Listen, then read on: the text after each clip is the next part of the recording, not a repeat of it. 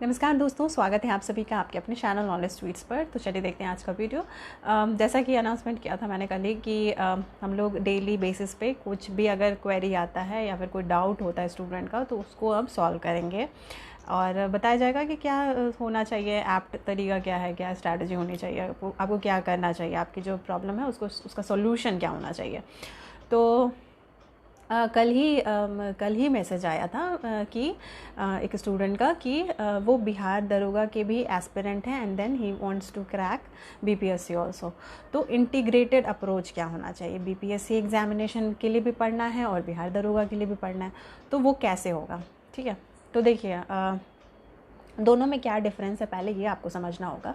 दोनों में डिफरेंसेस ये है कि दरोगा वाले क्वेश्चन में आपको 100 क्वेश्चन को फेस करना है, बीपीएससी वाले क्वेश्चन में आपको 150 क्वेश्चन को फेस करना है। दरोगा वाला जो एग्जामिनेशन होगा उसके जो ऑप्शंस होंगे 4 ऑप्शंस होंगे और जो बिहार बीपीएससी का जो एग्जामिनेशन होगा उसमें 5 ऑप्शंस होंगे, जिसमें कि 5 वाला जो ऑप्शन होगा उसमें भी 2 ऑप्शन है, नॉन ऑफ द अबव और बोथ, मतलब उपर्युक्त में से 2 से ज़्यादा, 1 से ज़्यादा। ठीक है, तो ये वाला मोर देन 1। ठीक है, तो ये चीज़, ये डिफरेंस हो गया। देन क्योंकि 100 क्वेश्चंस हैं तो वेटेज भी डिफरेंट तरीके से होगा और वो चीज़ डिफ़र करेगा बीपीएससी में। फिर वेटेज जो सब्जेक्ट का जो वेटेज होता है वो डिफ़र करेगा। एक और नया चीज़ है यहाँ पे कि बिहार दरोगा के एग्जामिनेशन में आई थिंक 1 क्वेश्चन पूछेगा, 1 क्वेश्चन पूछ देगा बिहार स्पेशल।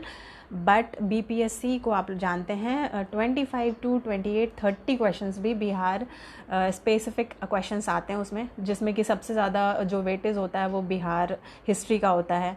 अब तो बिहार करंट अफेयर्स को भी बहुत ज़्यादा जगह दी गई है, जैसे कि इलेक्शन अगर होता है या इकोनॉमिक सर्वे है या फिर कोई रिपोर्ट आता है बिहार के रैंकिंग के ऊपर, तो ये सब चीज़ों को चांसेस है कि ये सब आएगा ही।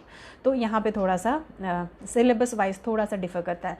फिर क्या है, मैथ्स। तो मैथ्स बिहार दरोगा के एग्जामिनेशन में 2 या 3 मैक्सिमम पूछेंगे या 5 लाइक लास्ट ईयर, बट यहाँ पे फिक्स्ड है 10 क्वेश्चन बीपीएससी में फिक्स है कि मैथ्स से पूछेगा ही पूछेगा।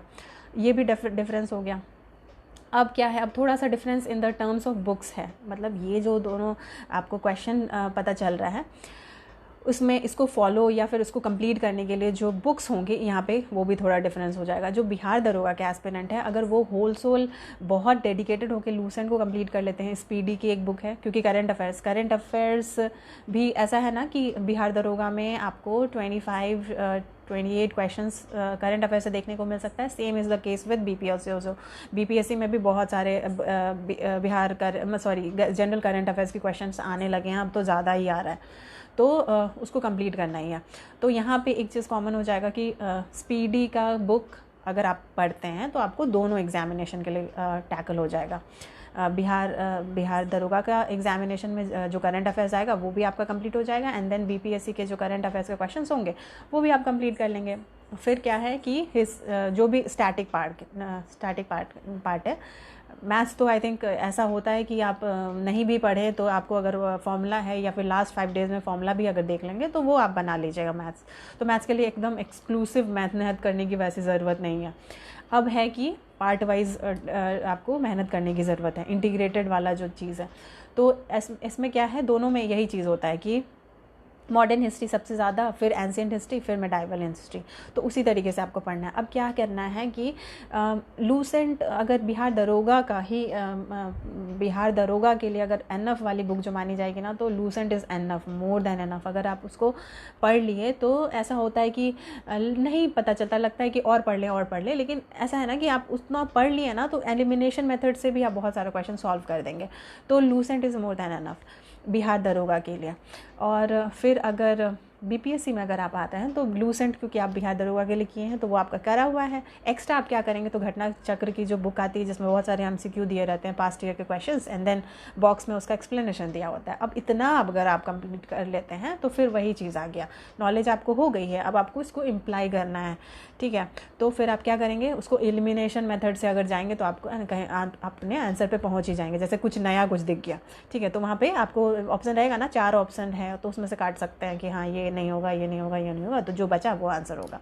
तो ये तरीका होता है। तो ये वाला जो है घटना चक्र वाला अगर आप सेट कंप्लीट कर लेते हैं और लूसेंट का बुक कंप्लीट कर लेते हैं तो आपकी बहुत अच्छी प्रिपरेशन हो जाएगी। अब कुछ कुछ चीज़ें हैं जैसे कि साइंस वाइंस है, तो साइंस वाइंस भी अच्छे से कवरेज है, लूसेंट में बहुत अच्छे से कवरेज है। और फिर वही चीज़ को आके अगर घटना चक्र में सॉल्व कर लेते हैं तो एक्स्ट्रा कुछ नया इन्फॉर्मेशन आपको पता चल ही जाता है, और फिर वही एलिमिनेशन मेथड से काम कर सकते हैं आप।